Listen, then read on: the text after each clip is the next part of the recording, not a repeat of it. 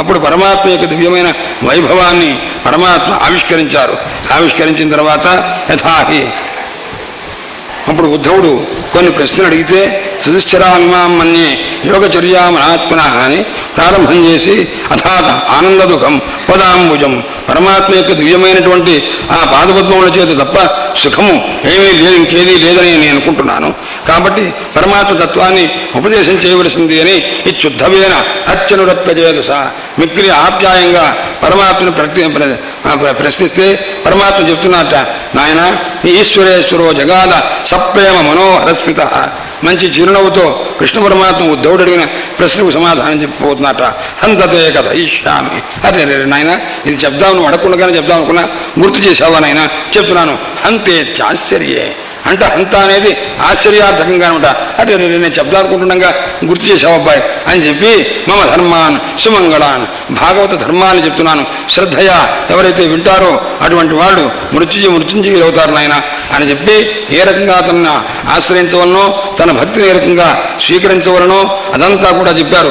కారయేత్ పృథక్ సత్రేణ వామఖ్యం పర్వయాత్రా మహోత్సవ నా తాలూకు పర్వల్ని ఏ రకంగా చెయ్యాలి, అందులో నృత్య గీత ఉత్సవాలు ఏ రకంగా ఆచరించాలి, అందరి యందు పరమాత్మ భావన కలిగి ఏ రకంగా గౌరవించవలే ఇదంతా కూడా చెప్పి నాయన ఎవరెవరైతే నా యందు ధర్మమును పరమాత్మ భావం చేత ఆచరిస్తారో అలాంటి వారు కృతార్థులవుతారు. ఆయన ఏషా బుద్ధిమతాం బుద్ధిర్మనీషాచ మనీషిణాం. ఈ రకంగా సర్వత్ర పరమాత్మ దర్శనం చేయటమే అది గొప్ప బుద్ధి అని అనుకుంటున్నాను, గొప్ప సిద్ధాంతం. మయి భక్తిం పరాం కుర్వన్ కర్మభి నసవజ్జతే. ఎన్ని కర్మలు చేస్తున్నా కర్మకాండలో మునిగి తేలుతున్నప్పటికీ కూడా నా యందు భక్తి కలిగి ఎవరా కర్మలను ఆచరిస్తారో పరమేశ్వర సుప్రీణాతు అని నందనందన సుప్రీణాతు అని ఎవరైతే ఆ కర్మను ఆచరించి పరమాత్మ పరంగా ఎవరైతే చేస్తారో అట్టి వారికి కర్మ సంబంధం వల్ల కలిగే బంధం ఉండదు, అది బాధకం కాదు, అత్యంత సాధకం అవుతుంది అని చెప్పి పరమాత్మ అనుగ్రహించారు. ఈ మాటలంతా మర్చోయదా చక్త సమస్త కర్మ సమస్తమైన పనులు విడిచిపెట్టి పరమాత్మ ఎందే మనస్సు నిలిపితే అమృతత్వాన్ని పొందుతాడు. నాయన వింటున్నావా ఉద్ధవా అన్నారయ్యా పరీక్షన్ మహారాజా వింటున్నావా అని సుఖయోగిని వారు చెప్తూ సయైవం ఆదర్శిత యోగ మార్గ ఈ రకంగా సమస్తమైనటువంటి మార్గాన్ని కాస్త మహానుభావుడు చెప్పారు. తదా ఉత్తమ శ్లోక వచో నిశమ్య. ఇంత ఆప్యాయంగా ఇన్ని మాటలు పరమాత్మ అంటే ఏదైనా మర్చిపోయిన దాన్ని గుర్తు చేసిన హంతతే కథ ఇష్యామి.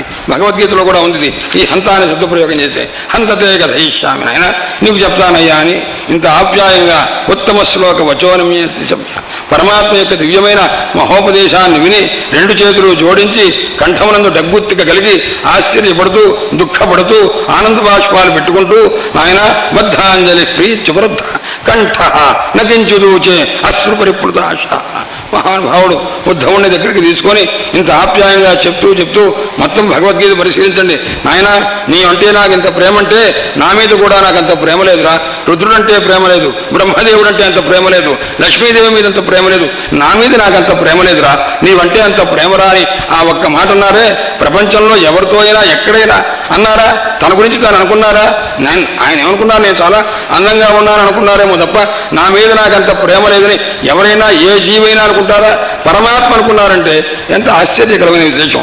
అలాంటి పరమాత్మ దగ్గరికి తీసుకొని నాయన నీకు ఉపదేశం చేస్తానని మహానుభావుడు ఉద్ధవునికి ఉపదేశం చేస్తే ఆ ఉద్ధవుడికి గ్రహించి పరమానంద భరితుడై కంటి వెంట ఆనంద బాష్పాలు పెట్టుకొని ఏమీ మాట్లాడలేక తూష్ణీ భావంతో ఉండి విష్టభ్య చిత్తం అది కష్టం మీద ఆ మనస్సును ఆ దుఃఖాన్ని ఆ ఆనందోద్వేగాన్ని ఒక్కసారి నియమించుకొని ప్రణయావఘూర్ణం ధైర్యేణ రాజన్ బహువన్యమాన కృతాంజలి ప్రాహ ఇటు ప్రవీరం ఒక్కసారి చేతులు జోడించి తలకాయ నేల కంటించి పరమాత్మ పాదాల కంటించి స్పృశన్ తచ్చరణాల విందం ఆ తలకాయ పరమాత్మ యొక్క పాదములకు నా అంటించి నమస్కారం చేసి విద్రామితో మోహమహాంధకార ఆయన నా అజ్ఞానాంధకారాన్ని పోగొట్టావయ్యా మా పరమాత్మ నీ సాన్నిధ్యం వల్ల సమస్తమైనటువంటి దోషాలు పోయినవి స్వామి. విభావసోక్కిన్ను సమీపగచ్చ సూర్య భగవానుడి సమీపం ఉంటే చీకటి ఉంటుందన్న భయం ఉంటుందా స్వామి? అలాగే నీ దగ్గర ఉంటే నీ యొక్క ఉపదేశ అమృతాన్ని ఆస్వాదించిన వారికి జనమనాత్మకమైన సంసార భీతి ఉంటుందా స్వామి? స్వామి, ఉండదు. అందుచేత కృతజ్ఞస్తవ పాదమూలం, స్వామి నీవు ఉపదేశించావు, నీవు రక్షించావు, అట్టి నీ యందు కృతజ్ఞుడే నీ పాదమూలాన్ని ఆశ్రయించున్నాను. అలాంటి నాకు ఏ రకమైనటువంటి ఇతర శరణం యొక్క అవసరం ఉండదు నాయన, ఉండనే ఉండదు. వృక్నశ్చమే సుదృఢ స్నేహ పాశ, నా యొక్క సాంసారికమైన బంధు సంబంధమైన హిత సంబంధమైన బంధాన్ని మొత్తాన్ని కూడాను పోగొట్టావు స్వామి. ఈ దాశార్హ సమస్తమైనటువంటి ఎంతమందో నా బంధువులు ఉన్నారు. దాశార్హులు, వృష్ణి, అంధక, కుకుర, భోజ, ఇన్ని వంశాల్లో తెలిసిన వాళ్ళు, బంధువులు, హితులు అందరూ ఉన్నారు. వాళ్ళ తాలూకు స్నేహం అంతా కూడా పోయింది స్వామి. ప్రసారిత సృష్టి విరుద్ధయే త్వయా స్వమాయయా, స్వామి ఏ మాయ చేత నీవు సృష్ట్యాదంతా చేశావో అలాంటి మాయంతా కూడా నీ అనుగ్రహం చేతనే పోయింది. నమోస్తుతే మహాయోగిన్ ప్రపన్న మనుషాధిమాం. ఇది నిత్యానుధ్యేయ శ్లోకాలు అంటుంటారు. అంటే ఆయన నిరంతరం కూడా నీ పాదపద్మాలను ఆశ్రయించిన నన్ను రక్షించవలసింది. యథా త్వచ్చరణాం భోజే రతిస్యాదనపాయిని, స్వామి నీ పాదపద్మముల యందు నిరంతరము విడిచిపెట్టినటువంటి భక్తి కలుగుతుందో అలా నన్ను అనుగ్రహించవలసింది అని మహానుభావుడు ఉద్ధవుడు మహాభాగవతోత్తముడు పరమాత్మ పాదాలు పెట్టుకొని కంటి వెంట ఆనంద బాష్పాలు పెట్టుకొని మాట్లాడుతుంటే భగవంతుడు చూచి అనుగ్రహం కలిగి, నాయన ఉద్ధవ గచ్చ ఉద్ధవ, వీళ్ళు నాయన ఎక్కడ కొడతావు, నేను చెప్పినట్టుగా బదరికా ఆశ్రమానికి. ఇంత కంట వెంటి నాయన పెట్టుకొని ఇంత బాధపడుతుంటే సరే ఏడుస్తున్నాడు. మన సామాన్యంగా ఒక పిల్లవాడు తల్లిదండ్రులు బయటికి పెడుతుంటే పిల్లవాడు నేను వస్తాను ఏడుస్తుంటే ఊరుకుంటారు, కానీ వద్దురాని కట్టేస్తారు. అయినా ఏడుస్తుంటే సరే రాలేడని తీసుకుపోతుంటారు. అలాంటిది పరమాత్మ తండ్రి కదా, తల్లి కదా, మిత్రుడు కదా, బంధువు కదా, ఏదన్నా కొద్దిగా కృప చూచి సరే రారా, వస్తే రారా, తీసుకెడతా, ఇంత బాధపడుతున్నవాడివి అన్నారా? అనలేదు. నాయనా పో, వెళ్ళు బద్రికాశ్రమంలో నా స్వరూపమే ఇంకొకటి ఉంది, జ్ఞానావతారం, నరనారాయణావతారం అన్నారు తప్ప రమణమని చెప్పలా.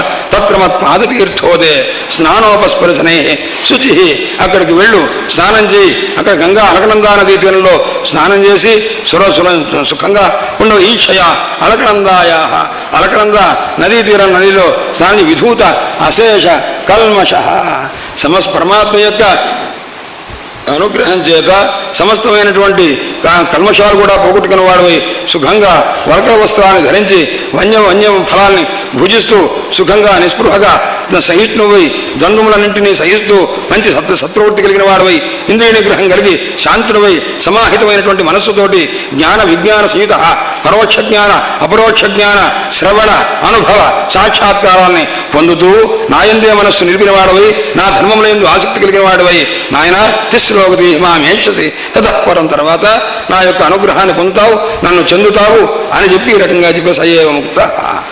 ఆయన పరీక్షన్ మహారాజా ఈ రకంగా ఉద్ధవుని గురించి పరమాత్మ అనుగ్రహించారు. అనుగ్రహించిన తర్వాత మహానుభావుడు పరమానంద హృదయ తదస్థం అంతర్హృది సన్నివేశ్య గతో మహాభాగవత ఆత్మ దగ్గరికి వచ్చి కృష్ణ పరమాత్మ పాదుకలు రెండూ తీసుకొని ఆ పాదుకలు నెత్తిన ధరించి కృచ్ఛ్రం యయో మూర్ధని భర్తృపాదుకే బిభ్రత్. ఆయన కృష్ణ పరమాత్మ రెండు పాదుకలు తీసుకున్నారు, నెత్తి మీద పెట్టుకున్నాడు, నమస్కారం చేసుకుంటున్నాడు. కొద్దిగా ముందుకు వెళ్ళాడు, వెనక్కి చూచాడు, పరమాత్మ ఏమన్నా పిలుస్తారేమో అని మళ్ళా చూచాడు, నమస్కారం చేసుకున్నాడు, మళ్ళా వెళ్ళాడు, మళ్ళా వెనక్కి చూచాడు, ఎక్కడన్నా సరే రా అని అంటారేమో అని. పొరపాటు కూడా పరమాత్మ పిలవరా. బిభ్రన్ నమస్కృత్య జయౌ పునః పునః పశ్యన్, మరల చూస్తూ విడవలేక వెడతారు కదా. ఆడికి తతస్థమంతర్హృది సన్నివేశ్య, ఇంకా పరమాత్మ కనిపించరని, పరమాత్మ కనిపించనంత దూరంకి వెళ్ళిన తర్వాత పరమాత్మ ఎలా చూడాలి అనుకున్నారు. అంతర్హృది, హృదయంలో పరమాత్మను చూసుకుంటూ నతో మహాభాగవతో విశాలాం. అప్పుడు వెళ్ళారు బద్రికాశ్రమం దగ్గరికి. అప్పుడు పరమాత్మ ఉపదేశించినటువంటి దివ్యమైనటువంటి మహోపదేశాన్ని స్మరించుకుంటూ జగదేక బంధున యథోపదిష్టాం తపస్సమాస్థాయ హరేరగాద్గతిం, పరమాత్మ యొక్క గతిని పొందాడయ్యా. నాయన విన్నావా పరీక్షన్ మహారాజా, ఎవరైతే ఈ ఆనంద సముద్ర స్వరూపమైనటువంటి ఈ జ్ఞానామృతాన్ని పరమాత్మ ఏ భాగవతోత్తముడైన ధ్రువునకు ఉపదేశం చేశారో అలాంటి దివ్యమైనటువంటి యోగేశ్వర సంహిత, అలాంటి దివ్యమైన దాన్ని ఎవరైతే శ్రద్ధగా సేవిస్తారో, వింటారో, తెలుసుకుంటారో అట్టి వారికి సంసార భీతి లేకుండా పరమాత్మ అనుగ్రహిస్తారు. భవభయం అపహంతం జ్ఞాన విజ్ఞానసారం నిగమకృతి ఉపజక్రే భృంగవతు వేదసారం. నాయన అలాంటి దాన్ని ఎవరైతే స్వీకరించారో ఆ ఉద్ధవుడు కృతకృత్యుడయ్యాడు. అలాంటి కృతకృత్యుడిని చేసినటువంటి పరమాత్మ పురుషం ఋషభం ఆజ్యం కృష్ణ సంజ్ఞం నతోస్మి. అట్టి కృష్ణ పరమాత్మకు నమస్కారం అయ్యా అన్నారు. ఈ రకంగా నాయన ఉద్ధవుడిని అనుగ్రహించిన తర్వాత పరీక్షన్ మహారాజు అడుగుతున్నాడు, స్వామి తర్వాత ఆయన ఉద్ధవుడు వెళ్ళిపోయిన తర్వాత ద్వారకలో సంగతి ఏమిటండి? ద్వారక ఏదో 7వ రోజున కల్లా అది కాస్త ముంచి వేస్తుంది సముద్రం అన్నారు కదా, అప్పుడు ఏమైంది అన్నారు. పరమాత్మ అవతారాన్ని సాధించారన్నారు కదా, సమస్తమైన జీవలోకానికి ఆనందాన్ని కలిగించి. ఎందుకంటే పరమాత్మ యొక్క దివ్య రూపాన్ని వర్ణిస్తూ లేళ్లు ఏ రకంగా ఆయన వేణునాదాన్ని విన్నవి, గోవులు ఏ రకంగా వేణునాదాన్ని విన్నవి, ఆ వేణునాదం చేసిన అధరము, ఆ అధరము గల ముఖము, ఆ ముఖం కలిగిన దివ్యమైన సర్వస్వరూపము ఇలా ఎలాంటిదయ్యా అన్నాడు. ప్రేయసీం సర్వనేత్రాణం. ఏ జీవుడు కళ్ళున్నవాడు ఎవడు చూసినా ఆ నేత్రముల చేత చూస్తూ మళ్ళా తిప్పుకోవడానికి ఎవడు ఇష్టపడడే అలాంటి దివ్యమైన శరీరాన్ని పరమాత్మ విడిచిపెట్టి మోక్షస్వరూపము వైకుంఠానికి వెళ్ళారంటే అది ఎలా సాధ్యమైంది? అది నాకు తెలియకుండా ఉంది. చెప్పవలసి యత్రలగ్నం నశేకో కర్ణాయుష్టం నశరతి. ఏ పరమాత్మ యొక్క దివ్య కథనం వినటం మొదలు పెడితే చెవు ఇంకో పని చేయడానికి ఇష్టపడదో అలాంటి పరమాత్మ యొక్క దివ్యమైన కథ చెప్పవలసింది అని అడిగేసరికి, నాయన ఎప్పుడైతే భూమిలో కానీ ఆకాశంలో కానీ అంతరిక్షంలో కానీ విపరీతమైన శకునాలు వచ్చినవి, ఆ వచ్చేసరికి వెంటనే అక్కడ ఘోరమైనటువంటి ఈ మహోత్పాతాలను చూచి ఎదుపుంగవులంతా కూడాను నాయన ఇంక మనం ఇక్కడ ఉండకూడదని చెప్పి స్త్రీలు పెద్దలు వృద్ధులు మొత్తం అందరూ కూడాను వచ్చే శంఖోద్ధారమని అక్కడికి వెళ్ళమని పరమాత్మ ఆదేశించారు.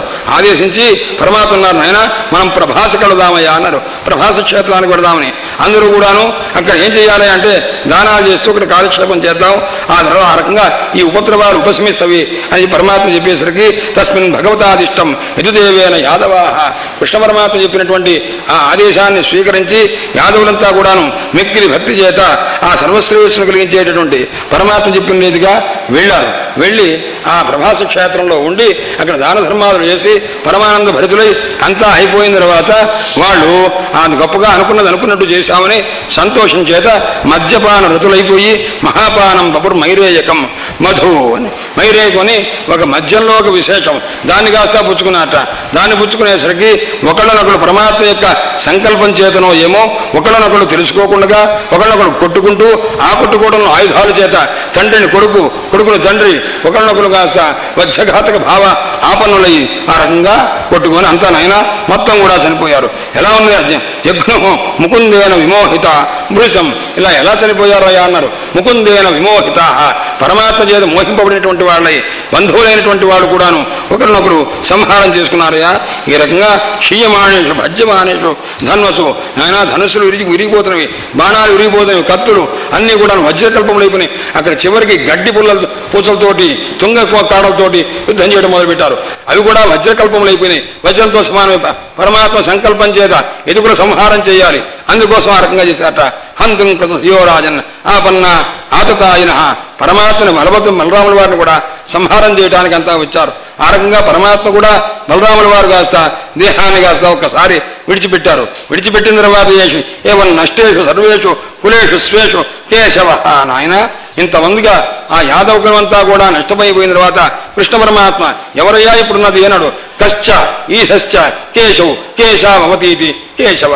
పరమాత్మ చూడండి, బ్రహ్మదేవుణ్ణి ఈశ్వరుని రక్షించిన వాడు తన వంశంలో ఉన్న వాళ్ళని రక్షించుకోకుండా ఉపేక్షించారు అంటే అది భగవత్ సంకల్పం మాత్రమని. రామ సముద్ర వేలాయాం.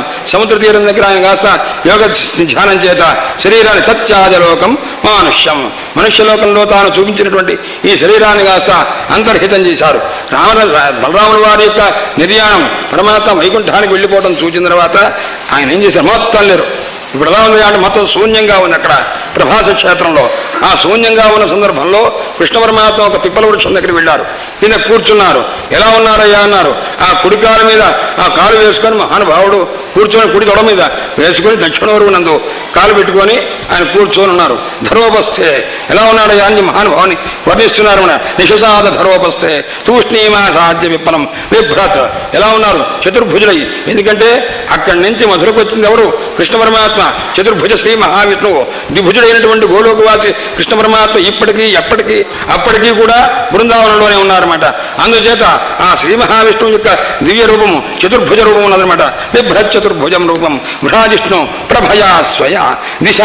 అతని యొక్క కాంతి చేత దిక్కులన్నిటినీ కూడా కాంతివంతంగా చేసి అంధకారరహితంగా చేసి శ్రీవత్సాంక నక్షత్రుడై ఘనశ్యాముడై తమ బంగారు వర్ణంతో ప్రకాశిస్తూ పట్టుబట్టల చేత ప్రకాశిస్తున్నవాడై మంగళమైనటువంటి ముఖం చేత చిరునవ్వు కలిగి సమస్తమైనటువంటి దుఃఖాన్ని పోగొడుతున్నటువంటి వాడై నీలకుంతనుడై మహానుభావుడు పుండరీకాక్షుడై దర్శనమిస్తున్నట్ట. మకర కుండలములు ధరించారు, కటిసూత్రము బ్రహ్మసూత్రము కిరీటము కటకాభరణములు సమస్తమైన ఆభరణాలు ధరించి హారణోపురాదుల్ని ధరించి ఏ రూపంతో అక్కడి నుంచి కిందికి వచ్చారో ఆ రూపంతోనే ఇక్కడి నుంచి పైకి వెళుతున్నారన్నమాట. అందుచేత వనమాలా పరిహితాంగం మూర్తిబద్ధి నిజాయుధై కృత్వా ఊరౌ దక్షిణే. ఆయన కుడితొడ మీద కాలు పెట్టుకున్నారు, ఎడవ కాలు పెట్టుకొని పాదమాసీనం పంకజారుణం. ఆ మహానుభావును చూచి చివరికి ఏముందయ్యానడు ముసల అవశేష అయఖండ కృతేషు లుబ్ధక.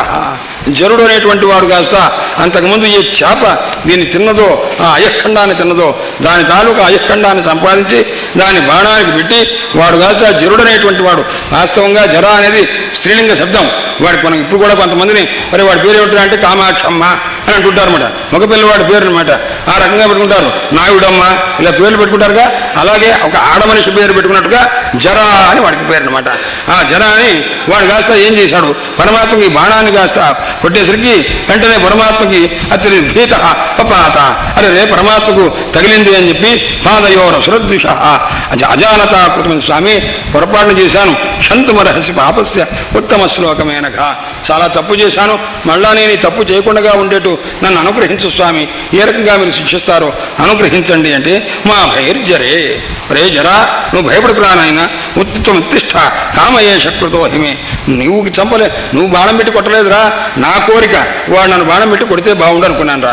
నేను అనుకున్నది సిద్ధశంకర్పుణ్ణి కాబట్టి నేను అనుకున్నది అయినా ఆయన. అందుచేత యాహిత్వం మదను జ్ఞాత. కాబట్టి నువ్వు ఈ రకంగా చేసినందుకు నీకు ఇచ్చేది ఏమిటయ్యా అన్నాడు. స్వర్గం, స్వర్గానికి వెళ్ళవలసింది. సుకృతినాం పదం, ఎంతో పుణ్యం చేసుకుంటే వాళ్ళు చేస్తే కానీ పొందని పదాన్ని నీకు ఇస్తున్నాను అని భగవంతుని చేత ఈ రకంగా చెప్పబడినటువంటి వాడే మహానుభావుడు కృష్ణ పరమాత్మ. ఆ రకంగా అనుగ్రహించేసరికి కృష్ణ పరమాత్మ చుట్టూ చిట్టజవుడు సారుగా 3 సార్లు ప్రదక్షిణం చేసి నమస్కారం చేసి దివ్య విమానం మీద జరుడుగా అక్కడికి స్వర్గానికి వెళ్ళిపోయాడు. ఆ తర్వాత కృష్ణ పరమాత్మ యొక్క సారథి దారుకుడు అనేవాడు వచ్చాడు. కృష్ణ పరమాత్మను వెతుక్కుంటూ ఎక్కడా కనిపించలేదే అనుకుంటున్నాడు. ఈ లోపల ఆయన వచ్చేసరికి వెంటనే చూసి అవశ్యతస్వచ్చరణారవింద అంబుజం ప్రభో దృష్టి ప్రణష్ట తమసి ప్రవిష్ట. స్వామి మిమ్మల్ని వెతుకుతున్నాను, ఎక్కడా కనిపించలేదు, నా చూపు కాస్త మందగించినట్టయిపోయింది అని చెప్పి దిక్కులేమిటో తెలియట్లేదు, ఆశ్చర్యంగా ఉంది ఈ రకమైనటువంటి స్థితి అని అంటూనే ఈ రకంగా చెప్తూ ఉండగా సూతేవై రథో గరుడలాంఛన ఖముత్పపాత రాజేంద్ర శాశ్వధ్వజ ఉదీక్షిత ఇలా చెప్తున్నాడు. అతను తెచ్చిన రథం కాస్త అదృశ్యమైపోయింది. గరుత్మంతుడు వచ్చాడు. గచ్చద్వారవతీం సూత. ఆ సూతుడితో చెప్పాడు, నాయన నేను ఒక మాట చెప్తున్నాను, దారుక నువ్వు ద్వారకకు వెళ్ళు. ద్వారకకు వెళ్ళి సమస్తమైనటువంటి యాదవ వంశం అంతా కూడా నష్టమైపోయింది, అందరూ వెళ్ళిపోయారు చెప్పు. బలరాముల వారు శంకరష్ణస్య నిర్యాణం, బలరాముల వారు లేరు, అందరూ వెళ్ళిపోయారని చెప్పు. ద్వారకాయాంచ నస్థేయం, మీరెవ్వరు ద్వారకలో ఉండవద్దు, సముద్రం కాస్త ముంచి వేస్తుంది అని నేను చెప్పానని చెప్పు నాయన. అందుచేత స్వం పరిగ్రహం సర్వే ఆదాయ పితరవు. నాయన తల్లిదండ్రులు తమ తమ యొక్క పరిగ్రహాన్ని కాస్త భార్యల్ని పిల్లల్ని అందరినీ తీసుకొని అర్జునుడి నుండి కొంతమందిని తీసుకొని వెడతాడు. అర్జునేన అవితాహ రక్షింపబడ్డ వాళ్ళై ఇంద్రప్రస్థానికి వెళ్ళండి, అక్కడ కాలక్షేపం చేయండి అని రకంగా త్వంతుమ ధర్మమాస్థాయ.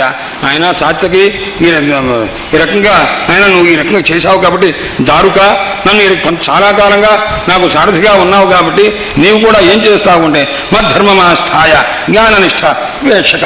నా ధర్మాన్ని ఆచరిస్తూ జ్ఞానవంతు రతుడవై పరమాత్మ యొక్క అనుగ్రహాన్ని పొందవలసింది అని పరమాత్మ చిట్ట చివరిసారిగా దారుకుడితో చెప్పారు. పరిక్రమ్య నమస్కృత్య పునః పునః.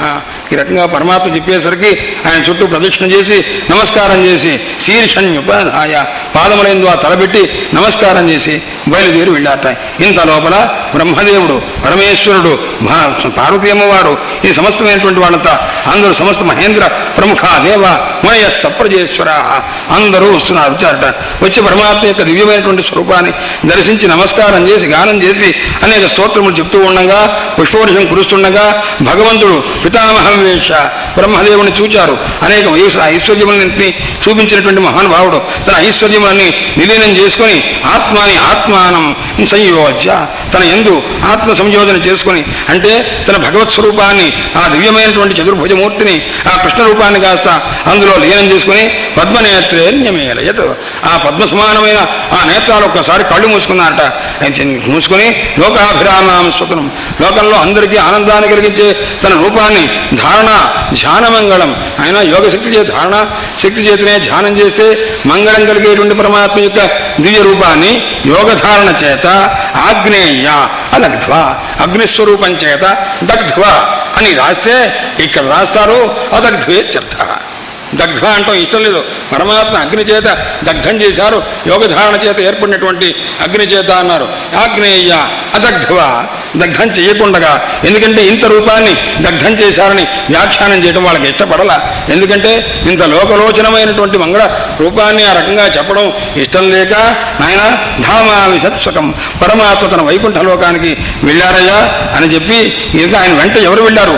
సత్యము, ధర్మము, ధైర్యము, భూమి, కీర్తి, సంపత్తు అంతా కూడా పరమాత్మానుసారులై వెళ్ళిపోయారు. నాయన దేవాదయో బ్రహ్మముక్ష నవిశంతి స్వధామ అని ఆ రకంగా అందరూ కూడా వెళ్ళారు పరమాత్మ యొక్క దర్శనం చేసుకొని.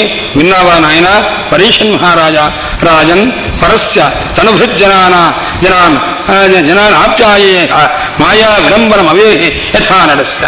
నాయన ఆ మహానుభావుడు ఏ రకంగా తన యొక్క శరీరం చేత అందరినీ కూడా ఆనందింపజేశాడో, మాయా విడంబనం చేశాడో, మాయా నటన చేశాడో, అలాంటి పరమాత్మ యొక్క సృష్టి ఆత్మనా ఇది మనఃప్రవిశ్య విహృత్య చాంతే తనను సృష్టించి దానిలో ప్రవేశించి దానిలో విహరించి ఆ నందగోకులంలో కూడా అనేక మందిని కాస్త దుష్ట సంహారం చేసి మనుష్య రూపంతో ఉండి తన గురువుగారి కుమారుడు చనిపోతే ఆ చనిపోయిన వానికి ప్రాణం ఇచ్చి అర్జునుడు ప్రతిజ్ఞ చేస్తే చనిపోతాడని ఆ పోయినటువంటి పిల్లవాడిని తీసుకొచ్చి తన తల్లి అడిగితే సోదరుడు ఆరుగురు ముందు చనిపోయారంటే వాళ్ళని చూడాలంటే వాళ్ళని తీసుకొచ్చి తల్లి చేత పాలిప్పించి వాళ్ళకి ఆ రకంగా మోక్షం కల్పించిన పరమాత్మ తను శరీరాన్ని విడిచారంటే నాయన ఆయన కాస్త వెళ్ళిపోయారు, దేహం చాలించారు, మరణించారు, ఇట్లాంటి మాటలు పనికొస్తాయిట్రా అబ్బాయి మనస్సు చేత కూడా పొరపాట ఆలోచించుకున్నాయన అని చెప్పి ఈ రకంగా స్వాబనే స్వర్ణయన్ మృగయం స్వదేహం తన్ను చంపడానికి వచ్చినటువంటి పూతనకు మోక్షం ఇచ్చినవాడు, తను చంపడానికి బాణం వేసిన జరుడికి కాస్త స్వర్గతి ఇచ్చిన పరమాత్మ తను తాను రక్షించుకోలేరా? రక్షించుకోగలరు. భూభార అవతరణం అయిపోయింది కాబట్టి అనుగ్రహించవలసిన కర్తవ్యం అయింది కాబట్టి ఇప్పుడు పరమాత్మ తన యొక్క శరీరాన్ని కనిపించకుండా తన శరీరాన్ని తన స్వరూపాన్ని శ్రీమద్ భాగవత మహా గ్రంథంలో ఉంచి తాను కాస్త పరమాత్మ భౌతిక స్వరూపంతో లేకుండా కలిశారు. నాయన ఏతాం ప్రాతరుత్థాయ కృష్ణస్య పదవీం పరా. నాయన ఈ విధమైన కృష్ణ పరమాత్మ యొక్క దివ్యమైనటువంటి కథను పొద్దున్నే లేచి ఎవరైతే అంటారో ప్రయత కీర్తయేత భక్త్యా తామేవాప్నోత్యనుత్తమాం ఎవరైతే ఈ పరమాత్మ యొక్క దివ్య కథను చదువుతారో పరమాత్మ యొక్క స్వరూపాన్ని పొందుతారు. నాయన దారుకుడు ద్వారకకు వెళ్ళాడు, వసుదేవోగ్రస్వామి దగ్గర ఇదంతా పడి చెప్పాడు. అనేది తర్వాత కథామాత కృష్ణీనాం విష్ణు ఆ యాదవకులం అంతా నష్టమైందని చెప్పారు. తర్వాత వరుసగా వాళ్ళందరూ దుఃఖపడిన వారే కృష్ణరామ వపస్యంత శోకార్త కొంతమంది ఆ స్మృతి కోల్పోయిన వాడు, కొంతమంది ప్రాణాలు కోల్పోయిన వాడు, కొంతమంది ఈ రకంగా జరిగింది. నాయన అర్జున ప్రేయస సఖ్యు కృష్ణస్య విరహాతుర ఆత్మానం శాంతయామాస. అర్జునుడు చాలా దుఃఖపడ్డాడు, ఏం చేయాలా తెలియకుండా చాలా బాధపడ్డాడు. తర్వాత కృష్ణ పరమాత్మ బోధించిన ఆ భగవద్గీత గుర్తొచ్చింది, దాన్ని కాస్త చదువుకున్నాడు. తర్వాత సాంత్వన పడ్డాడు.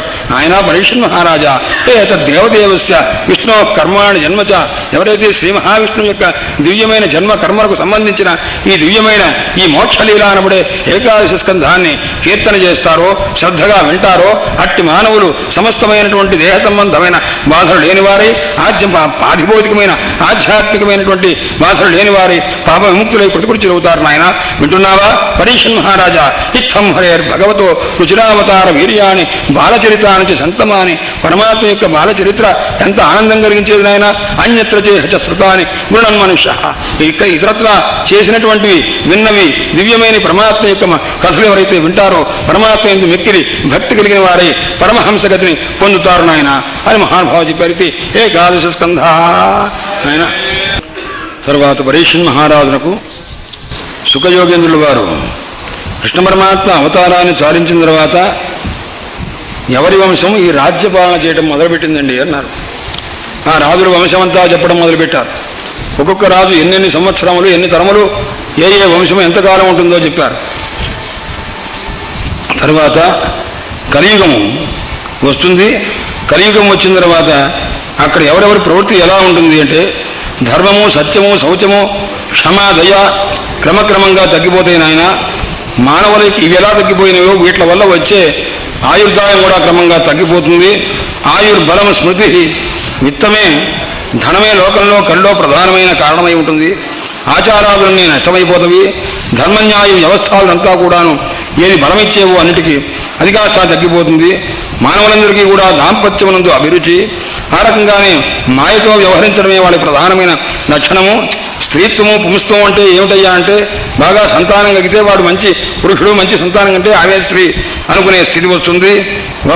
బ్రాహ్మణుడు అంటే విప్రుడంటే ఎవరయ్యా అంటే ఎవరైతే యజ్ఞోపవేదం వేసుకుంటాడో వాడే విప్రుడు అనేటువంటి ఒక దుర్గతి కాలం వస్తుంది. అందుచేత ఇలాంటి వేషములు తప్ప వేషములు తగినటువంటి ధర్మములు లేనటువంటి భయంకరమైన కలికాలము. అందుచేత దౌర్బల్యం ఎక్కడుంది? న్యాయ దౌర్బల్యం. గట్టిగా మాట్లాడితే అదే గెలిచినట్టే అయినటువంటి రోజులు వచ్చినవి. పాండిత్యం అంటే ఏమిటయ్యా అంటే ఇష్టం వచ్చినట్టు చాపలం వచ పాండిత్యం, చపలంగా మాట్లాడటమే పాండిత్యం అనేటువంటి స్థితి వస్తుంది. ఎవరైతే డబ్బు లేనివాడో వాడు చెడ్డవాడు, డబ్బున్నవాడు మంచివాడు, అలాంటి స్థితి వస్తుంది. డంబాచారం వస్తుంది. ఆయన అందులో స్వార్థంగా జీవించడం అంటే మామూలుగా శాస్త్ర ప్రకారం అంటే స్వస్య అర్థ ప్రయోజనం ఏనా అంటే ఏ జ్ఞానం చేత తనకు అర్థం అంటే మోక్షం అనే ప్రయోజనం కలుగుతుందో అది స్వార్థము. నదేవిధ స్వార్థగితం అని వచ్చింది భాగవతంలోనే శ్లోకం. ఎవరైతే పరమాత్మ యొక్క స్వరూపాన్ని పొందడం అనే స్వార్థాన్ని పొందరో వాడు హీనులని చెప్పారన్నమాట. పరమాత్మ అనేది పొందడమే స్వార్థమైతే ఇప్పుడు ఎలాంటిది వస్తుందిగా ఉదరం భరత స్వార్థ, కడుపు నింపుకోవడమే స్వార్థము అని అన్నారట. అందుచేత నైపుణ్యం అంటే ఏమిటయ్యా అన్నాడు. మంచి తెలివితేట గలవాడు అంటే కుటుంబాన్ని పోషించిన వాడే తెలివితేట గలవాడిని పరిస్థితి వస్తుంది. అందుచేత ఇలాంటి హీనమైనటువంటి ప్రజలతో కూడుకున్నటువంటిదై ఈ కలి భయంకరమైనటువంటి రీతిగా ఉంటుంది నాయన. ఎవరైతే ఏ జాతిలో ఎవరైతే మహా బలిష్ఠులై ఉంటారో, మెజారిటీ అంటుంటారే, ఆ రకంగా ఎక్కువ జనసమూహం ఉంటుందో వాళ్లే మొత్తం ఉత్తమమైనటువంటి వాడుగా పరిగణింపబడేటువంటి స్థితి వస్తుంది నాయన. క్షీయమాణేషు అన్ని పాఖండ ప్రచురమై ఉంటుంది. ధర్మం అంతా పాఖండులతో, పాఖండులు అనగా పాపఖండులు, ఖండఖండంగా పాపాలు చేసేవారు పాఖండులు అనమాట. కొద్ది కొద్దిగా పాపాలు చేస్తూ పెద్ద పాపం ఒకసారి చేయకుండా క్రమక్రమంగా పాపాలు చేస్తుంటారు. అలాంటి పాఖండుల చేత నిండిపోయి ఉంటుంది. ప్రజలంతా కూడాను ఎక్కువగా దొంగల చేత నిండిపోయి ఉంటుంది. రాజులంతా కూడాను దొంగల్ని పోషించే స్థితి వస్తుంది. దొంగతనము, అనృతము, నిష్కారణమైన హింస అనే స్థితి ఉంటుంది ఆయన. ఇలాంటి పరిస్థితిలో గృహప్రాయేషు ఆశ్రమేషు మునుల యొక్క యతీశ్వరుల యొక్క ఆశ్రమాలని ఇళ్ళు గృహస్థుల గృహాల్లాగా మారిపోతాయి. యవనప్రాయేషు బంధుషు, బంధువులంతా యవనప్రాయేషు నాయన ఆ సంబంధం శారీరక సంబంధం కలిగి ఉంటారు. ఇలా ఉంటుండగా శంభల గ్రామంలో ఒక మహానుభావుడు బ్రాహ్మణోత్వానికి వంశ కుమారుడుగా విష్ణు యశస్సుడు అనేటువంటి వాని కుమారుడుగా కల్కి అనేటువంటి అవతారంతో మహావిష్ణువు యొక్క అంశ ఆవిర్భవిస్తుంది. ఆయనగా సర్వసంహారం చేస్తారు సుమా అని చెప్పి కలిని వై పృథ్వీం పరాక్రాంతం నచాసకతో అంత మటుకు కలి తన పృథ్వీని ఆక్రమించడానికి సమర్థుడు కాడు. ఎప్పుడైతే పరమాత్మ యొక్క అనుగ్రహం ఉన్నదో అక్కడ ఈ రకమైనటువంటి ప్రతిబంధం ఉండదు నాయన అని చెప్పి మహానుభావుడు పరీక్షణ్ మహారాజునకు మహోపదేశం చేస్తూ యథాగతం యుద్ధే తాం మాం జేష్యంచ బుద్ధయ. ఇక భూమి గీతలు. భూమి ఒక రోజు నాయన ఈ రాజులందరూ కూడాను ప్రజలందరినీ ఒకళ్ళొకళ్ళు జయించుకుంటూ దృష్టాత్మని జయే వ్యగ్రాన్ రూపాన్ హసతి భూరియం. ఈ భూమి ఒకళ్ళ మీద ఒకళ్ళు యుద్ధాలు చేసుకుంటూ అనేక మందిని చంపుకుంటూ ఒకళ్ళొకళ్ళు చంపుకుంటూ భూమిని ఆక్రమిస్తున్నటువంటి ఈ రాజులందరినీ చూచి భూదేవి ఒకసారి నవ్వుకుంటుంట. అరే రే పాపం వీళ్ళు అహోమాం విజిగీషంతి మృత్యు క్రీడనక నృపాహ. మృత్యు అనేటువంటి ఒక ఆటకి బొమ్మల్లాంటి వాళ్ళు ఈ రాజులు ఏం చేస్తుంటారంటే నన్ను ఆక్రమించుకుందామని చెప్పి ఒకళ్ళొకళ్ళు పుడుచుకుంటున్నారు. కామయేషై నరేంద్రాణం మోఘశ్చాత్ విదుషాంపి. ఎంత పండితులైనా ఈ రాజులకు సలహాలు ఇచ్చేవాళ్ళు విద్వాంసులు వీళ్ళు కానీ వాళ్ళు కానీ ఈ రకంగా భూమిని ఆక్రమించే ప్రయత్నంలో ఎన్ని పొరపాట్లు చేస్తున్నారు. ఈయన ఫేనోపమే పిండే ఏ అతి విశ్రంభిత నృపాహ. ఈ ప్రభువులేం ప్రభువులయ్యా, అతి ఫేన పిండోపమే నురుగుతో తయారైన ఉండలాంటి ఈ శరీరం మీద ఇంత శక్తి ఏమిటయ్యా అంటే బుద్భుత ప్రాయం అంటుంటాం కదా, అది వెంటనే గాలికి చెదిరిపోతుంది కదా. అలాంటి ఫేనపిండోపమైనటువంటి ఈ శరీరమందు ఇంత విశ్రంభమా, ఇంత విశ్వాసమా, ఇది స్థిరకాలం ఉంటుందనేటువంటి భ్రాంతి పూర్వం నిర్జించి వాళ్ళు అనుకుంటారట మనం అరిషడ్వర్గాన్ని జయించేస్తాము, ఇంట్లో వాళ్ళని జయించేస్తాము, బయట వాళ్ళని జయించేస్తామని ఏదో డాంబికంగా పలుకుతుంటారు. ఏం వివరిస్తారయా? ఏవం క్రమేణ జయిష్యామ పృథ్వీం సాగరమే కలాం, సముద్రావధి కలిగినటువంటి ఈ భూమిని జయించామని అనుకుంటారు. కానీ నాయన వీళ్ళు ఎంతకాలం ఉంటారు? యా విసజ్జైవ మనవ తత్సుతాశ్చ, ఎంతమంది వెళ్ళిపోయారు? మనవులు, మనుకుమారులు అనేక మంది వెళ్ళిపోతుంటే నాయన 100 సంవత్సరాలు కూడా జీవితకాలం కలిలో లేనటువంటి ఈ మానవులు, ఈ రాజన్యవరేణ్యులు ఎంతకాలం జీవిస్తారయా? మత్కృతే పితృపుత్రాణం భ్రాతృణాంచాపి విగ్రహ, ఈ భూమి కోసం తండ్రి కొడుకులు, తల్లి కొడుకులు, అన్నదమ్ములు ఎంతమంది కొట్టుకు వస్తున్నారయ్యా? జాయతే క్షతాం రాజ్యే మమతాబద్ధ చేతసాం, ఈ మమకారం చేత, ఈ దుష్టులైనటువంటి వాళ్ళకి పరస్పర ద్వేషం చేత మమైవేయం మహి కృష్ణ నతే మూఢేతివాదిన, ఒరే ఈ భూమి నాదేరా నీది కాదురా అని ఈ రకంగా గట్టిగా మాట్లాడుకుంటూ స్పర్ధమాన మిథోఘ్నంతి, ఒకళ్ళొకళ్ళు స్పర్ధ చేసుకుంటూ పరస్పరం కూడా చంపుకుంటున్నారు, చనిపోతూ ఉన్నారు నాయన అనవసరంగా. ఈ రకంగా అరే ఎంతమంది పోయారయ్యా? భగీరథుడు, తృణబిందు, యయాతి, శర్యాతి, శంతను, గయ, కువలయాశ్చ, కకుస్థ, నైషధ, మృగ, హిరణ్యకశిపు, వృత్ర, రావణ, లోకర, రావణ, నముచి, శంబర, భౌమ, హిరణ్యాక్ష, తారక, ఎంతమంది రాక్షసులు దీనికోసం సంపాదించాలని మాది మాది అనుకోని ఎంతమంది పోయారయ్యా? సర్వే సర్వవిధ శూరా కథావశేషా కాలేన అకృతార్థ కృతా విభో నాయన. పరమాత్మ భూదేవి అంటున్నది అందరూ కూడా కాలగర్భంలో కలిసిపోయారు అని రకంగా భూదేవి కథాయిమాస్తే కథితామహీయసాం, భూదేవి రకంగా భావన చేసింది నాయన. ఈ రాజులు చేసినటువంటి ఈ యుద్ధాలకు వాళ్ళకి ఉపశమించండి నాయన, ఉత్తమ శ్లోక గుణానువాదం చేత మీరు కృతకృత్యులు కావలసింది అని చెప్పింది నాయన. అది వినట్లేదు బాబు అని చెప్పి తమేవ నిత్యం శృణుయాద భీక్షము కృష్ణేమలాం భక్తిమభీప్సమాన. కాబట్టి పరమాత్మ యందు భక్తి కోరేవాడు ఇదంతా విడిచిపెట్టి కృతకృత్యుడు కావలసింది అని అంటే ఈ మాటలు విని పరీక్షన్ మహారాజు అడుగుతున్నారు, స్వామి కలిదోషములు, కలిలో ఉండేటువంటి ప్రజలు ఏ రకంగా ఈ దోషాన్ని పోగొట్టుకుంటారో చెప్పవలసింది అని అడిగితే, ఆ దివ్యమైనటువంటి పరమాత్మ యొక్క అనుగ్రహం పొందాలంటే ముందు మానసమైనటువంటి దోషాలు పోగొట్టుకోవాలంటే అధర్మము, అనృతము, హింస, అసంతోషము, విగ్రహము ఇలాంటివన్నీ క్రమక్రమంగా పోగొట్టుకొని కలవతు ధర్మసేతువున చివరికి మిగిలింది ఒక పాదము. అందులో కూడా ఎలా ఉన్నారా అంటే లుబ్ధులై దురాచారులై ఉన్నారు. అందుచేత ఇదంతా పోగొట్టుకోవాలి. తదా మాయ, అనృతం, తంద్ర, నిద్ర ఇలాంటి అవలక్షణములన్నీ విడిచిపెట్టి తపస్సులై పరమాత్మ యందు భక్తి కలిగి ఉండవలే. ఇలా లేకుండా కరులో ఎలా ఉంటారా? పతిని చక్షంతి, కళత్రం భార్యలంతా కూడా భర్తలు అసమర్థులైన అనిపించి విడిచిపెట్టేటువంటి రోజులు వస్తవి నాయన.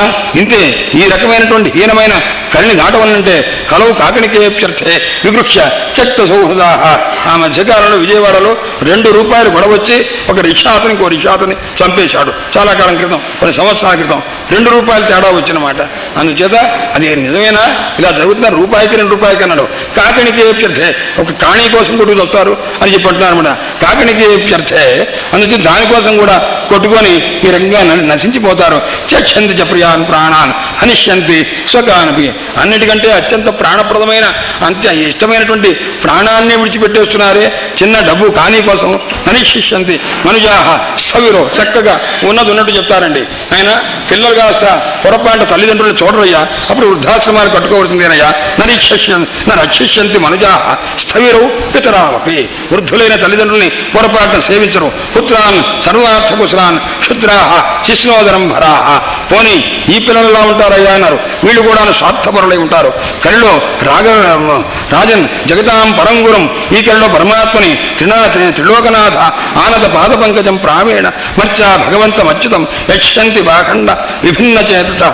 ఆయన పరమాత్మ యొక్క ఆరాధన చేయవలే. ఈ పరమాత్మ యొక్క నామ శ్రవణం మాత్రం చేతనే మరణించేవాడు సైతము పడుతున్నప్పుడు కానీ, లేక ఏదైనా దెబ్బతిన్నప్పుడు కానీ, జారిపోతున్నప్పుడు కానీ పరమాత్మ యొక్క నామాన్ని స్మరించినట్లయితే, ఒక్కసారి ఉచ్చరించినట్లయితే దివ్యమైనటువంటి పరమాత్మ కృపను పొందే అవకాశం ఉంది నాయన. ఈ కలిగి అంత దోషబహుళమో, అంత గుణాధాయకం, అంత గుణాన్ని కలిగిస్తుంది. శృత సంకీర్తిత ఝాత పూజిత ఆదృతోపి కలలో స్మరించిన, ధ్యానం చేసిన, పూజించిన, ఆదరించిన మానవుల యొక్క సమస్తమైనటువంటి పాపాలను పోగొట్టేటువంటి శక్తి ఉంది నాయన. అందుచేత మ్రియమాణై అభిధ్యేయ భగవాన్ పరమేశ్వర. ఇంత చెప్తూ మొదట అడిగిన ప్రశ్న ఏమిటి? మ్రియమాణస్య కాగతి, చనిపోయేవాడు ఏం చెయ్యాలి? 12వ స్కంధం. ఇక్కడ ఏం చెప్తున్నాడయ్యా? మ్రియమాణై అభిధ్యేయ భగవాన్ హరిదీశ్వర పరమేశ్వర. భగవంతుడైన పరమాత్మ చనిపోయేవాడు ముందు ధ్యానించి ఇవ్వాల్సి. మ్రియమాణోహి అవహితస్తతో యాసి పరాంగతం. నువ్వు చనిపోయేవాడివి, అందుచేత నువ్వు పరమాత్మను ధ్యానం చేయి, దానివల్ల ఉత్తమ స్థితి కలుగుతుంది. తస్మాత్ సర్వాత్మనారాజన్ హృదిస్థం కురు కేశవం. నాయన ఆ కారణం చేతనే పరమాత్మ హృదయంలో పెట్టుకో, ధ్యానం చేయి. కలేర్దోష నిధే రాజన్ అస్తి ఏకో మహాన్ గుణ. నాయన ఇక్కడ చాలా గొప్ప గుణం ఉందయ్యా కలిలో.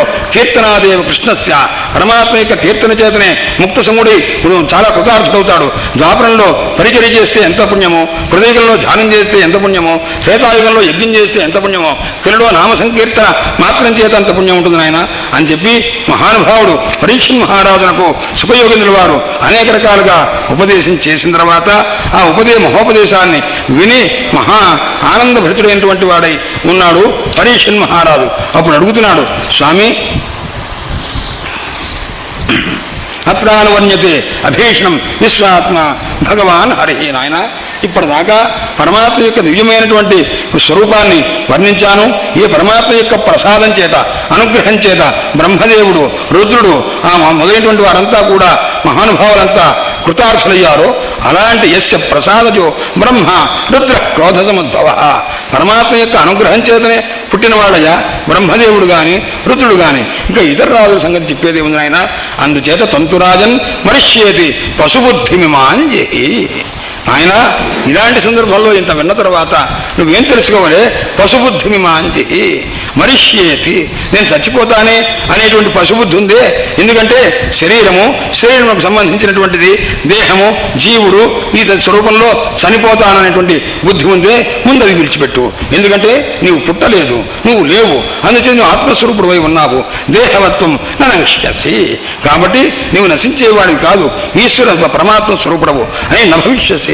మహానుభావుడు ఒక కృష్ణ భక్తుడు రాశాడు కృష్ణ పరమాత్మను ఉద్దేశించి, స్వామి నేను నీకు సంతోషం కలిగించాలని కొన్ని వేషాలు వేశా. నీకు ఒకసారి పంది వేషం చూడాలని అనిపించింది, పంది వేషం వేసుకున్నా. ఒకసారి బ్రాహ్మణ వేషం చూడాలని అనుకున్నావు, బ్రాహ్మణ వేషం వేశా. ఇలా అనేక జీవుల యొక్క వేషాలని వేశాను. ఆనీత నటవన్మయ తవ కృతే శ్రీకృష్ణ యా భూమిక. కృష్ణ నీకోసం ఎన్ని వేషాలు వేశానయ్యా, ఎన్ని వేషాలు వేశావురా అన్నారు. అంటే వ్యోమాకాశ కథాంబరాబ్ధి వసవస్తత్ప్రీతయే అద్యావధి. వ్యోమ లెక్క పెట్టుకుంటే వ్యోమ 0 0 0 0 0 4 8 84 లక్షల జీవరాశుల వేషాలన్నీ వేశాను స్వామి. ఇంతకాలం వేశాను. వేస్తే ఎలా ఉందయ్యా పరిస్థితి? ఏమన్నా సంతోషించావా? ఏమీ సంతోషించలేదు నాయన. అందుచేత వ్యోమాకాశ కథాంబరాబ్ధి వసవస్తత్ప్రీతయే అద్యావధి. నీకోసం 84 లక్షల జీవరాశుల వేషాలు వేస్తే ఇప్పటిదాకా నువ్వు సంతోషించలేదు. సంతోషించావా? సంతోషించలేదా అన్నాడు. సంతోషించావనుకో, సంతోషిస్తే నేను ఒక వరం అడుగుతాను. సంతోషించలేదు అంటే ఇక నాకు ఈ వేషాలు వేశా నాకు ఇష్టం లేదయ్యా, మానేస్తున్నానయ్యా. లేదు నీకు ఇష్టమేనయ్యా అని అంటావేమో, దానికో సమాధానం. ఇష్టం లేదు అంటావనుకో, సమాధానం ఇక నేను ఈ వేషం వేయలేను, నీకు వరం ఇస్తానంటావేమో, నాకు మోక్షం ఇవ్వమని అడుగుతాను అనమాట. ఏ రకంగా అడిగినా మోక్షమే నాకు కావు అని అడుగుతాను స్వామి అని ఆ రకంగా చెప్పినట్టుగా ఆయన రాజన్ మరిష్యేతే. నాయనా పరీక్ష మహారాజా, చనిపోతాననేటువంటి పశుబుద్ధిని విడిచిపెట్టు, నువ్వు పుట్టలేదు, అందుచేత నిత్యస్వరూపుడవు, ఆత్మస్వరూపుడవు. మనస్సే సృష్టి చేస్తుంది దేహములను, గుణములను, కర్మలను అన్నింటినీ కూడా. అందుచేత ఈ భావాన్ని విడిచిపెట్టి ఉండవలసింది. అహం బ్రహ్మ పరం ధామ, నేను పరమాత్మ స్వరూపుని, బ్రహ్మాహం పరమం పదం అని ఈ రకంగా ఆలోచించేటువంటి వారికి నాయన ఎట్టి భయం లేదు, మృత్యు భయం ఉండదు సుమా అని ఇంత మాట మహోపదేశం వెళ్ళిపోతూ ఈ మాట అన్నారు. స్వామి మీకు ఏదైనా దక్షిణా తాంబూలం చేచే రాజన్ అహం మరిష్యేతి పశుబుద్ధిమాని. నువ్వేమిట్రా నాకు ఇచ్చేది ఏమిట్రా? నువ్వు చచ్చిపోతావంటే నీకు మోక్షాన్ని అనుగ్రహించింది నేను, నువ్వు నాకేమిట్రా ఇచ్చేది అని అవతల పారేసి వెళ్ళిపోయాడు మా అనుభవుడు. పట్టించుకోలేదు. సుఖయోగింద్ర వారు అన్నమాట. సిద్ధోస్మి నమస్కారం చేశాడు. ఏమిస్తానండి? సిద్ధోస్మి అనుగృహీతోస్మి భవత కరుణాత్మన. అయ్యా దయ చూపారు, నన్ను అనుగ్రహించారు. శ్రావితో యచ్చమే సాక్షాత్ అనాది నిధనో హరి. నాకు పరమాత్మను వినిపించారండి, పరమాత్మని శబ్దబ్రహ్మ రూపంగా సాక్షాత్కరింపజేశారండి. తర్వాత పరమాత్మ గర్భంలో ఉండగా నన్ను అనుగ్రహించారు, శబ్దబ్రహ్మ రూపంగా మీరు సాక్షాత్కరింపజేశారు. నేనేం చేయగలను? నాత్యద్భుతమహం మన్యే మహతాం అచ్యుతాత్మనాం.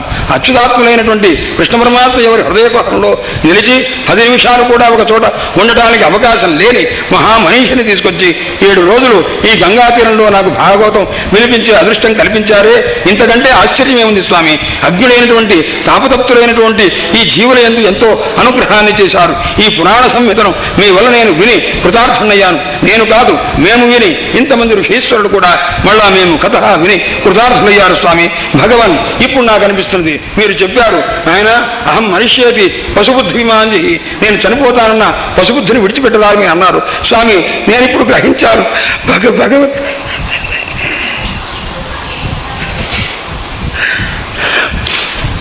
భగవన్ తక్షకాదిభ్య మృత్యుభ్యో అభిభేమ్యం. స్వామి తక్షకాదుల వల్ల చనిపోయేటటువంటి భయం లేదు స్వామి నాకు. ప్రవిష్టో బ్రహ్మ నిర్వాణం అభయం దర్శితం త్వయా. నాయన ఇంత భయాన్ని ఇచ్చారు. అనుజానీహి మాం బ్రహ్మన్ వాచం యచ్చాం యథోచ్యతే.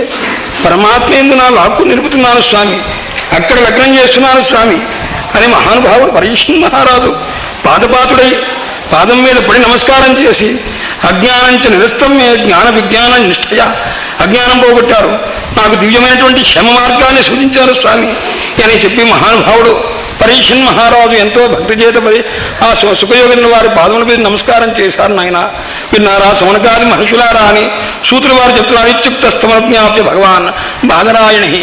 ఈ రకంగా చెప్పిన తర్వాత ఆయన చేసే అర్చనాదులకు ఏమాత్రం కూడా అపేక్షించకుండా ఉపేక్షామాత్రుడు ఎక్కడి నుంచి వెంటనే వెళ్ళిపోయారు. పరమాత్మ అనుజ్ఞను పొంది జగామ భిక్షువిశ్వాకన్ నరదేవేన పూజిత పరదే పరీక్షపి రాజర్షి ఆత్మన. పరీక్షణ్ మహారాజు తన యొక్క దివ్యమైనటువంటి భావాన్ని హృదయంలో పెట్టుకుని ఆత్మేందు మనస్సుందు పరమాత్మ భావాన్ని కలిగినటువంటి వాడే సమాధాయ పరందధ్యౌ. పరమాత్మ ఎందు లగ్న మనస్కుడై ఉన్నాడు. అస్పందాతుర్యత తరుహు కదలకుండగా నిశ్చలమైన వృక్షం ఏ రకంగా ఉంటుందో ఆ రకంగా గంగా నదికి తూర్పు కూలంలో ఆ ఒడ్డున ఆసీనుడైనటువంటి వాడై ఉదంగుఖుడై ఉన్నట్ట.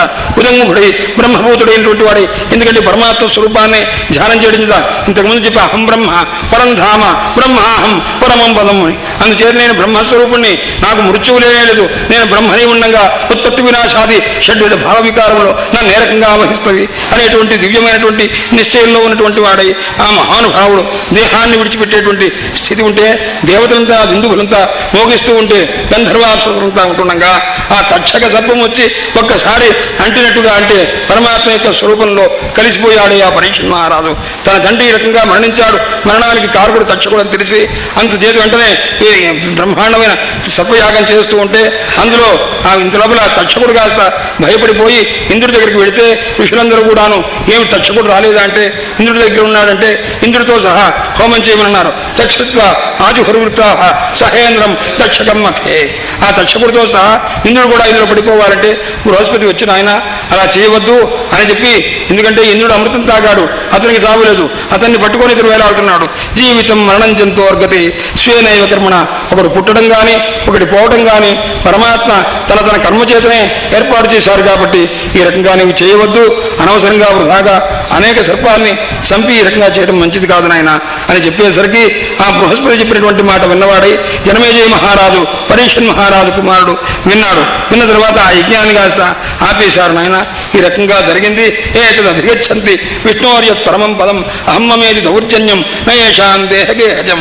నాయన సౌనికాది మహర్షులారా, ఈ దివ్యమైనటువంటి భాగవత మహాగ్రంథాన్ని ఎవరైతే తెలుసుకుంటారో దివ్యమైనటువంటి అహమ్మమేది దౌర్జన్యం. చూడండి, దౌర్జన్యం అంటే ఒకడి మీద ఒకడు పడి పోట్లాడుకోవడం కాదు, అహంకారం మమకారం అనే ధర్మం కలిగి ఉండడమే దౌర్జన్యం. అహమ్మమేది దౌర్జన్యం నయేషాం దేహగేహజం. ఎవరికైతే దేహంలో కలిగేది అహమ్మని, గేహంలో కానీ గేహంతో సమానంగా ఉండే దారాపత్యాలు ఎందుకు కలిగేటువంటిది కానీ అది గేహజం మమకారం అంటారన్నమాట. ఇది ఎవరైతే విడిచిపెడతారో అట్టివారు పరమాత్మ యొక్క అనుగ్రహమునకు పాత్రలవుతారు. అతివాదాంతి దిక్షేత. ఆయన అతివాదాల్ని, వేద మార్గాన్ని అతిక్రమించేటువంటి మార్గాన్ని కాస్త సహించండి. నవమన్యేత కంచన, ఎవరిని అవమానం చేయవద్దు. ఈ నశ్వరమైన ఈ దేహాన్ని ఆశ్రయించి ఎవరితో యుద్ధం పెట్టుకునే ప్రయత్నం చేయవద్దు. వైరాన్ని పొందవద్దు. తస్మై నమో భగవతే తస్మై అకుంఠ కృష్ణాయాకుంఠమేదసే యత్పాదాం బృహజ్జానాత్ సంహితాం అధ్యగాం ఇమాం. నాయన, ఏ మహానుభావుడు శ్రీ మహావిష్ణువు యొక్క దివ్యమైనటువంటి జ్ఞానావతారమైన వ్యాసమునీంద్రుల యొక్క మహాఫలంగా తపఫలంగా లభించినటువంటి ఏ సుఖయోగేంద్రుల వారు నన్ను అనుగ్రహించి నాకు ఈ భాగవతాన్ని అనుగ్రహించారో అట్టి మహానుభావునికి నమస్కారము. ఏ మహానుభావుని యొక్క తండ్రి ఈ సమస్తమైనటువంటి వేద పురాణముల్ని లోకానికి విభాగం చేసి వేదాలని పురాణం సమితను కూడా అనుగ్రహించారో అట్టి మహనీయులకు నమస్కారమని ఆ వ్యాసుల వారు ఎంతమందికి ఎన్ని రకములుగా వేదములను అనుగ్రహించారో ఆ విధానమంతా కూడా చెప్తున్నానని అవి చెప్పారు. తర్వాత లోకంలో ఏ రకమైనటువంటి ప్రళయములు ఉంటావో నైమిత్తికము, ప్రాకృతము ఇత్యాది రూపంగా ఉండే చతుర్విధ ప్రళయ విధానం అంతా కూడా చెప్పి మార్కండేయ మహర్షి మహానుభావుడు ఈశ్వరానుగ్రహం చేత మాయను దర్శించి ఆ మాయను అతిక్రమించి పరమేశ్వరుని యొక్క దివ్యమైనటువంటి కృప పాత్రుడైనటువంటి స్వరూపం ఉన్నది. అందుచేత చిరాయువై ఉన్నాడు ఆయన ఆ మార్కండేయ మహర్షి. అతని తాలూకు ఆ ఈశ్వరానుగ్రహం అనేటువంటి ఆశ్చర్యకరమైనటువంటి త్రైకారికమైనటువంటి జ్ఞానం అతనికి కలిగింది. అందుచేత ఆ రకమైనటువంటి స్థితిలో పరమాత్మ యొక్క ఆయుధములన్నీ కూడా ఏవైతే ఉన్నవో శంఖచక్ర కదా పద్మాదులంతా కూడా అవి కూడా పరమాత్మ యొక్క అనుగ్రహం చేత ఆ తమ తమ లోకాలకు వెళ్ళిపోయినవి. ఆ దివ్యమైనటువంటి ఆ ఆయుధముల యొక్క మహిమ చెప్పరానటువంటి వాచామగోచరమైనటువంటిది. అందుచేత ఆ కృష్ణ పరమాత్మ యొక్క కీర్తిని నిరంతరం గానం చేయడమే గొప్ప స్థితి. ఏదం కల్పయుక్తాయ మహాపురుష లక్షణం తచ్చిత్త ప్రయతో చెప్తా బ్రహ్మవేద గుహాశయం. ఎవరైతే ఈ రకంగా పరమాత్మ యొక్క దివ్యమైనటువంటి కథను పొద్దున్నే లేచి వింటారో అంటారో కృతకృత్యులవుతారు. నాయన, ఇక్కడ పరమాత్మ మహానుభావుడు శ్రీకృష్ణ పరమాత్మ 12 స్కంధములందు వర్ణింపబడ్డారయ్యా. జ్ఞానంచత దుపాఖ్యానం ప్రోక్తం. ఆ జ్ఞానం ఎటువంటిదయ్యా? విజ్ఞాన సంయుతం.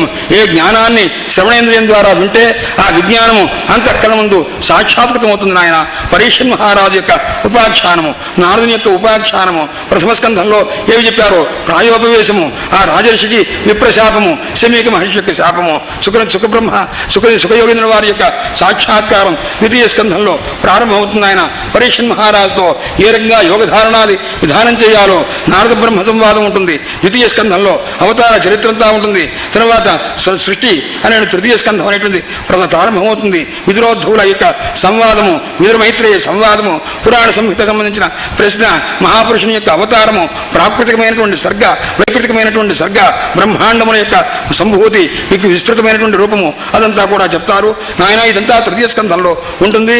అందులోనే భూమిని ఉద్ధరించేటువంటి హిరణ్యాక్ష వధ, ఆ ఆదివరాహ స్వామి యొక్క దివ్యమైనటువంటి రీతి, అక్కడే రుద్ర సర్గ అనేటువంటి శతరూప అనేటువంటి ఆ స్వయంభూమనుల యొక్క సృష్టి అదంతా కూడా జరుగుతుంది. అక్కడే నాయన దివ్యమైనటువంటి కపిలదేవ హోతి సంవాదం కూడా జరుగుతుంది. ఇదంతా తృతీయ స్కంధంలో కథ. చతుర్థ స్కంధంలో ధ్రువ చరిత్ర, పృథు చరిత్ర, ప్రాచీన బర్హి మహారాజుకు ఉపాఖ్యానం మొట్టమొదటిలో సతీ దక్షయజ్ఞ ధ్వంస చతుర్థ స్కంధంలో జరుగుతుంది. 4వ స్కంధ 5వ స్కంధంలో ప్రియవ్రత కథ, నాభి చరిత్ర, ఆగ్నేయ చరిత్ర, ఋషభ చరిత్ర, భరతోపాఖ్యానము, సమస్తమైన భూమండలముల యొక్క వర్ణన, నరకలోక వర్ణన ఇదంతా జరుగుతుంది. తరువాత 6వ స్కంధంలో దక్ష జన్మ, ప్రజాతుల యొక్క ఉత్పత్తి, ఆ తర్వాత దివ్యమైనటువంటి రీతిగా ఆ అజామిడోపాఖ్యానము మొదలైనటువంటివన్నీ, సాష్ట్రవధ, విశ్వరూప వధ, తర్వాత మరుద్దేవతల యొక్క అనుగ్రహము ఇదంతా కూడా జరుగుతుంది. 7వ స్కంధం వచ్చేసరికి ప్రహ్లాద చరిత్ర, హిరణ్యకశిపుని యొక్క చరిత్ర, ప్రహ్లాద చరిత్ర జరుగుతుంది. 8వ మనం స్కంధం వచ్చేసరికి మన్వంతర కథ, గజేంద్ర విమోచనము, మన్వంతరముల యొక్క అవతారములు, అందులో విష్ణుమూర్తి యొక్క హర్యాది అవతారములన్నీ కూడా వర్ణింపబడతవి. కూర్మావతారము, ధన్వంతరి అవతారము, మత్స్యావతార, వామనావతారములన్నీ కూడాను 8వ స్కంధంలో ఉంటుంది. ఇక్కడే క్షీర సముద్ర మథన వృత్తాంతమంతా ఉంటుంది. నాయన, దేవాసుర యుద్ధము, అమృతోద్భూతి ఇదంతా ఉంటుంది. తర్వాత రాజవంశముల యొక్క కీర్తన ఉంటుంది. నాయన, ఈ 9వ స్కంధంలో ఉంటుంది. ఇక్ష్వాకు జన్మ వృత్తాంతము, సుజ్జుమ్నాథుల యొక్క వృత్తాంతము, విలోపాఖ్యానము, పురాణము, తారోపాఖ్యానము, సూర్యవంశ కథ, శశాదుడు మొదలైనటువంటి రాజుల యొక్క కథ, రుగాదుల యొక్క కథ, సుకన్య యొక్క కథ, శర్యాతి ఖట్వాంగ మహారాజు, మాంధాతృ చక్రవర్తి, సౌభరి, సగర, రామ మొదలైనటువంటి మహనీయుల యొక్క ఇక్ష్వాకువంశరాజుల కథ జరుగుతుంది. తర్వాత నిమి చక్రవర్తి కథ, ఆయన మిథిల నగర రాజుల యొక్క కథ ఉన్నది. తర్వాత పరశురాములు వారు క్షత్రియ సంహారం చేసిన కథ, అగిల కథ, సోమవంశ కథ, ఈ అతి మహారాజు, నహుషుడు, దౌష్యంతి మొదలైన సంతన మహారాజు మొదలైనటువంటి వారి యొక్క కథంతా ఉంటుంది. ఇదంతా కూడా 9వ స్కంధంలోని కథ నాయన.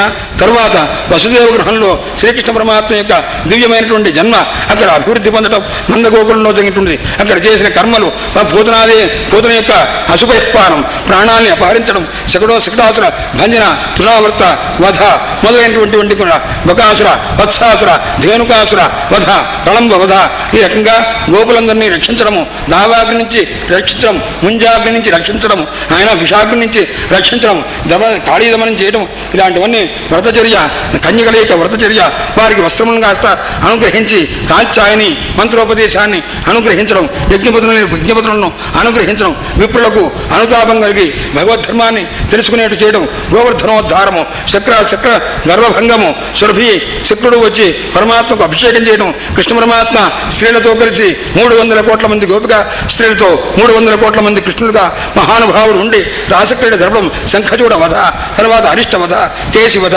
అక్రూరుడు మొదటికి తీసుకెళ్ళడానికి రావటం, అక్కడి నుంచి రామకృష్ణులతో కలిసి బయలుదేరడం, ప్రజస్త్రీల యొక్క విలాపము, మధురను చూడటము, పరమాత్మ గజమును కువలయాశ్వగజాన్ని సంహారం చేయటం, తర్వాత ముష్టిక, చాణూర, శల, తోశల అనే ఈ యుద్ధ వీరులను కాస్త మల్లయోధులని సంహారం చేయటం, తర్వాత కంసుని కాస్త సంహారం చేయటం, శాంతిపని గురువు దగ్గరికి వెళ్ళి విద్య నేర్చుకోవడం, సంస్కృతులై సంస్కారవంతులై వెళ్ళటం, మధురలో నివసిస్తూ ఉండగా పరమాత్మ చేసినటువంటి దివ్యమైనటువంటి కథంతా కూడా ఇక్కడ వర్ణింపబడుతుంది.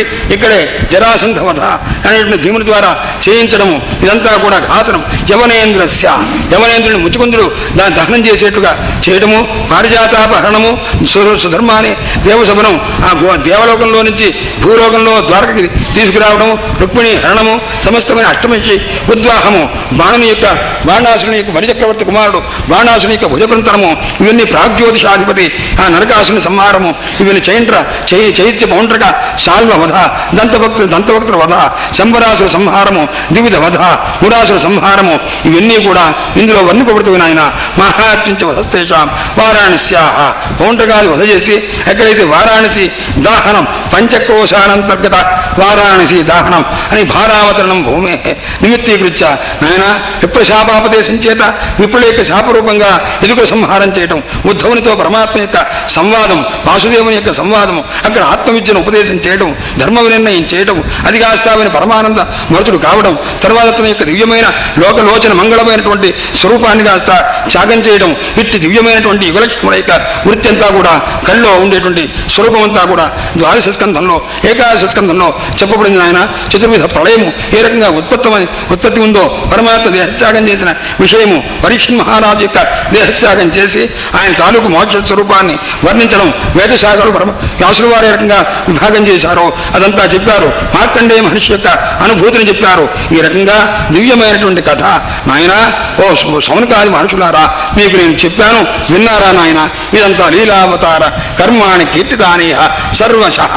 ఇదంతా పరమాత్మ యొక్క దివ్యమైనటువంటి కథను మీకు చెప్పాను. పతిత స్ఖలితశ్చ ఆర్త క్షుత్వా వివశో బ్రువన్, పడి పొరపాటేదైనా దెబ్బ తగిలి ఆర్తుడై ఏ రకమైనటువంటి స్థితి చెందిన చివరికి ఒకసారి పడుతున్న హరయే నమ హరయే నమ హరయే నమ ఇచ్చుచ్చేరి ముచ్యతే సర్వపాతకాత్.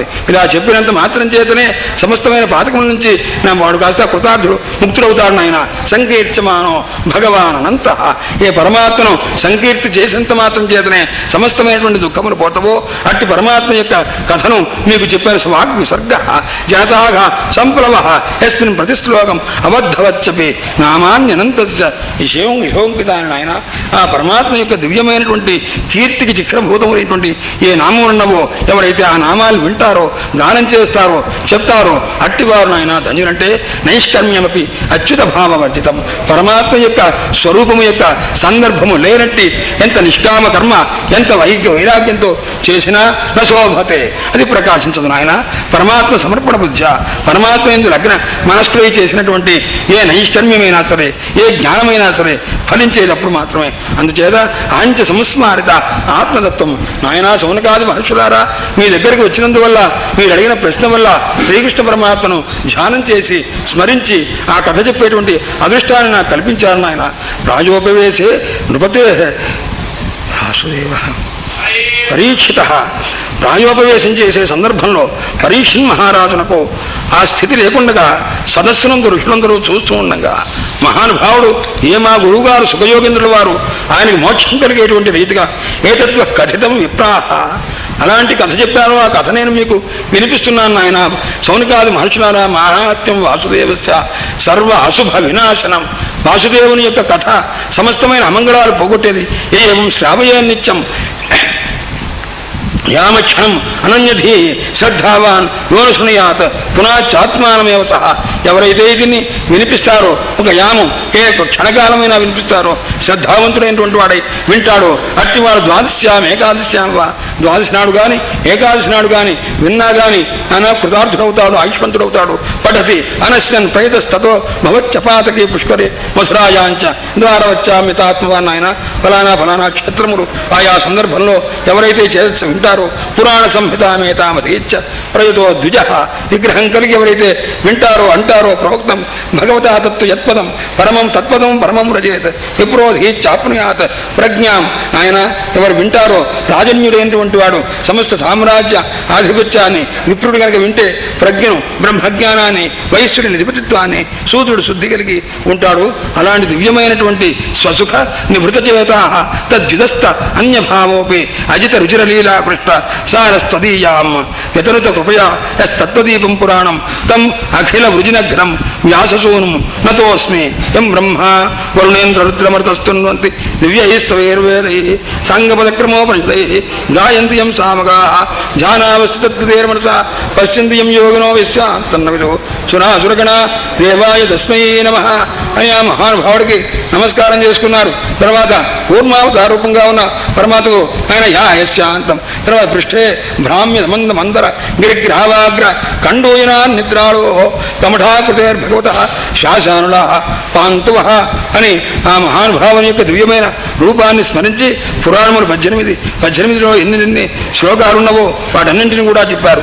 ఆయన ఇలాంటి దివ్యమైనటువంటి ఆ స్వరూపాన్ని చెప్పి యోగేంద్రాయ తదాత్మనాథ భగవద్రాతాయ కారుణ్యత తచ్చుద్ధం విమలం విశోకం అమృతం సత్యం పరం ధీమహి నమస్తస్మై భగవతే వాసుదేవాయ సాఖినే యైదం కృపయా కస్మై వ్యాజయక్షే ముముక్షవే యైదం కృపయా కస్మై కస్మై బ్రహ్మణే చర్థ అన్నమాట. కస్మై అంటే చతురు సర్వనామ శబ్దం కాదు, అది సర్వనామ శబ్దంలో ఇచ్చిన కానీ దానికి అర్థంగా బ్రహ్మదేవుడు కాబట్టి కస్మై వ్యాజయక్షే. బ్రహ్మదేవుడికి ఎవరు చెప్పారయ్యా? శ్రీ మహావిష్ణువు. ఎలా చెప్పారయ్యా? దయయా నాయన కృపచేత చెప్పారు. వ్యాసుల వారు ఎలా చెప్పారయ్యా? మన సుఖయోగం వారికి కృపయా. నారదుల వారు ఎలా చెప్పారయ్యా? మహానుభావుడికి కృపయా. నారదుడికి బ్రహ్మదేవుడు ఎలా చెప్పాడయ్యా? కృపయా నాయన. అంతా దయచేత చెప్పారు. అందుచేత సుఖయోగినుల వారు మనకు ఎలా చెప్పారయ్యా? నన్ను పురాణ గుహ్యం కృపయా దయచేసి చెప్పారు. ఆయన దయ లేనిది ఎవరికి చెప్పలేరు, ఎవరు గ్రహించను లేరు.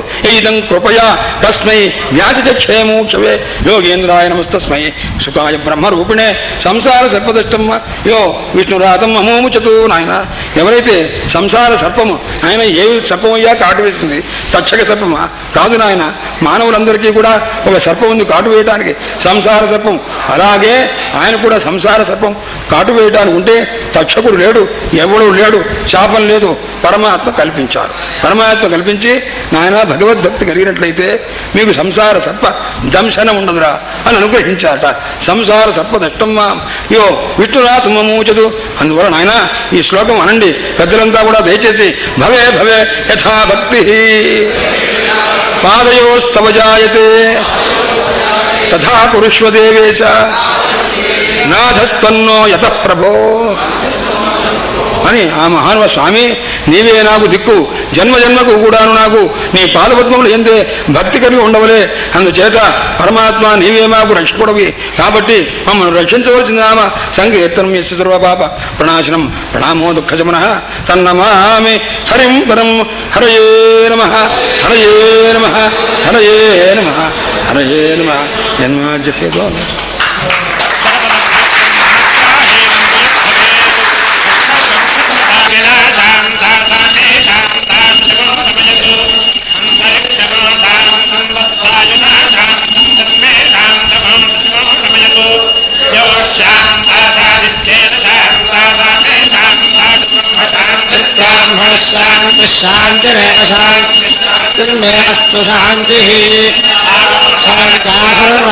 सर्वशान्तामश्चन्द्रपदे चतुष्पदे शान्तिं करोमि शान्तिर्मे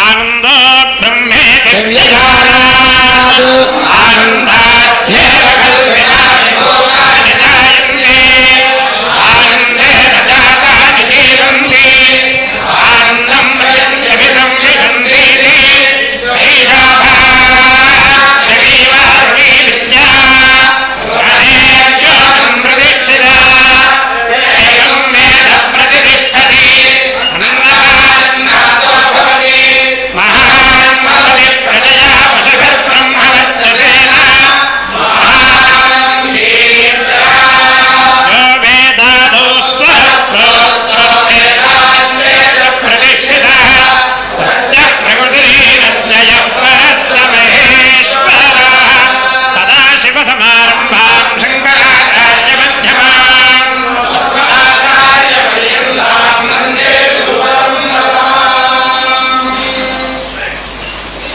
वासुदेव वासुदेव वासुदेव